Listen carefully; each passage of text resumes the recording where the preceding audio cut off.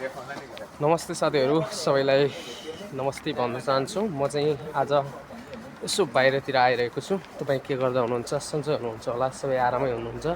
यदि हजुर पनि जापान आउँदै हुनुहुन्छ भने यसरी बाहिर निस्किँदाखेरि चाहिँ एकदम ध्यान दिनुपर्नेछ। हामीलाई चाहिँ पहिलोचोटि चाहिँ गाह्रो हुन्छ। यहाँ कसरी गाह्रो हुन्छ भन्दाखेरि यहाँको नियम फलो गर्नुपर्ने हुन्छ। हामीले पहिलोचोटि चाहिँ हामीलाई टोयलेट चलाउँदैन आउँदैन कि साथीहरू। हिजो चाहिँ मेरो साथीले चाहिँ त्यो हात धुने ठाउँमा चाहिँ पिसाबै फेरेको थियो। त्यो सत्य कुरा हो, रियल नै हो, मैले झुट बोलेको छैन। त्यसैले गाह्रै हुँदो रहेछ साथीहरू।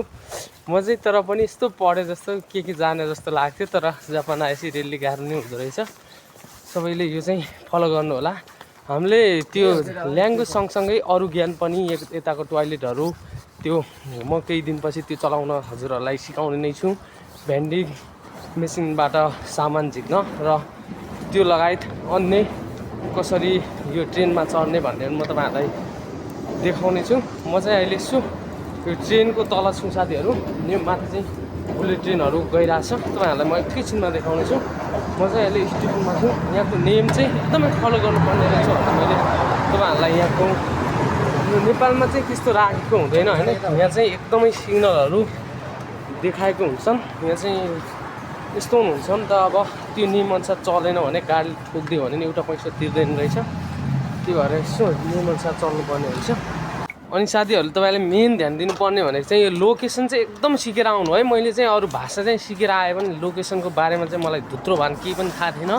आज मलाई अङ्कल र एउटा मेरो साथीले चाहिँ त्यही उसमा छोडेको थियो। मलाई यस्तो गाह्रो भएको थियो, त्यही पनि म यसो लोकेसन जानेर नजानेर भए पनि त्यो लोकेसन हेर्दै हल्का हल्का सिकाएको थिएँ। त्यही आधारमा म चाहिँ होस्टेलसम्म पुगेको थिएँ। आज पनि मसँग साथीहरू हुनुहुन्छ, त्यही पनि हामी त्यो लोकेसन हेर्दै हामी स्टेसन एकतिर जाँदैछौँ।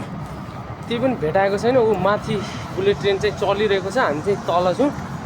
अब त्यहाँ स्टेसनसम्म हामी सामान किन्नलाई आज हामीसँग कुनै सेनपाइ पनि छैन। त्यही माथि पनि हामी कोसिस गरिराखेका छौँ, हार खाँदैनौँ। हामी जे भए पनि देखि मास भन्न चाहिँ आउँछ हामीलाई, अरू नआए पनि। त्यही पनि तपाईँहरूले म चाहिँ यो भन्न चाहन्छु कि विशेष भनेको तपाईँ साथीहरूले चाहिँ यस्तो चाहिँ हुन्छ कि यो अप्रेल इन्टेकमा आउने साथीहरूले मेन भनेको चाहिँ लोकेसन हेरेर चाहिँ आउनु होला। मलाई अरू चाहिँ त्यति गाह्रो भएको फिल भएन। यहाँ चाहिँ यो लोकेसनको फिल चाहिँ यति गाह्रो भएको छ कि तपाईँहरूले अब यहाँ आएपछि रेल भोग्नुहुनेछ। मैले चाहिँ यसको बारेमा चाहिँ भोगाएको छु। अनि ल्याङ्ग्वेज चाहिँ तपाईँहरूले एनफ्याक्टसम्म एकदम रट्टा हानेर आउँदाखेरि हल्का हल्का चल्छ जस्तो लाग्छ। अरू चाहिँ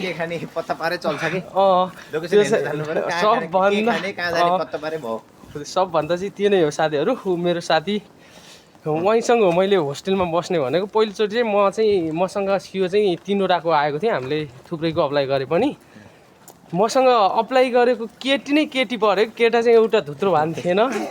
त्यही माथि अर्को त्यस्तो चाहिँ नभन्नु साथी होइन।